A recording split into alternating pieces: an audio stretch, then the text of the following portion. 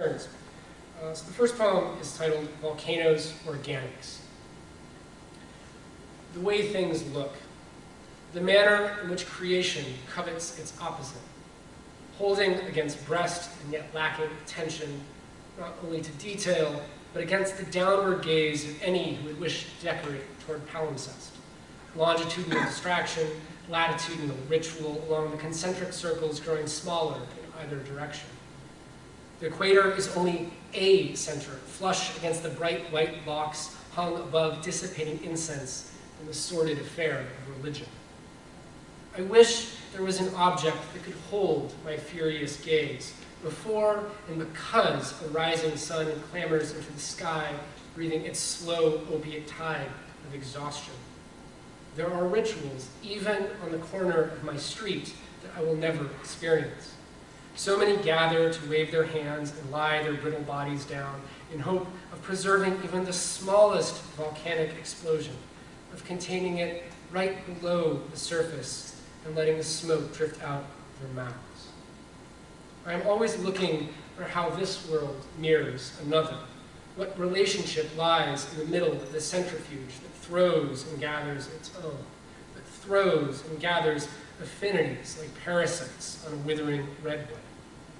Would it not be nice to watch the stars blink out one by one? A possibility I could dance to, get dressed up for in the most complicated array of scarves and paint and round cloth, making use of the way a body lets garments drape around it like part of itself. What have I lost in the denial of ritual that comes so naturally now? If it is only appearance, the appearance we all create to make everything look as if divine, as if descended from the spheres above, as if there was no other possibility, then I am content to lie at the bottom looking up at the stark mad ether in emanation from somewhere. And if in the distance I can hear a car horn bleeding its simple beat, then the destruction has been worthwhile.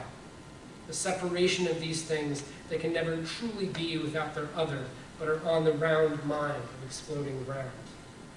I have sat for days and will again, with nothing for attention to grasp, but braided hair laid at my feet. I have stood in the middle of streets. I have supplicated my body in the smallest of sleeping corridors, a picture of a blind man ringing a bell on the wall. I have stared at Baraka and hoped to see a void, but did not. Oh, what a gift the arteries of cities are, the clogged, moving steel, the bodies with direction, purpose. To shine or run from moving tectonic plates, that would be enough for some.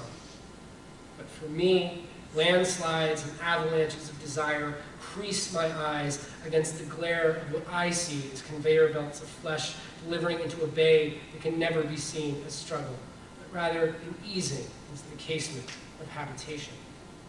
I ask that we pick through this rubble, not to tear our fingernails out, but to find a glowing stone that has been there since the beginning, to become tenant farmers of our own waste, an agriculture of renewal and decay, hoeing and picking, sowing and reaping the ground of broken concrete and graffitied hope, not to sleep or begin again, but for the song and accompanying dance that would spread from within if we had not begun digging with our hands, if we had started clawing at the very root of our slow fever of loss.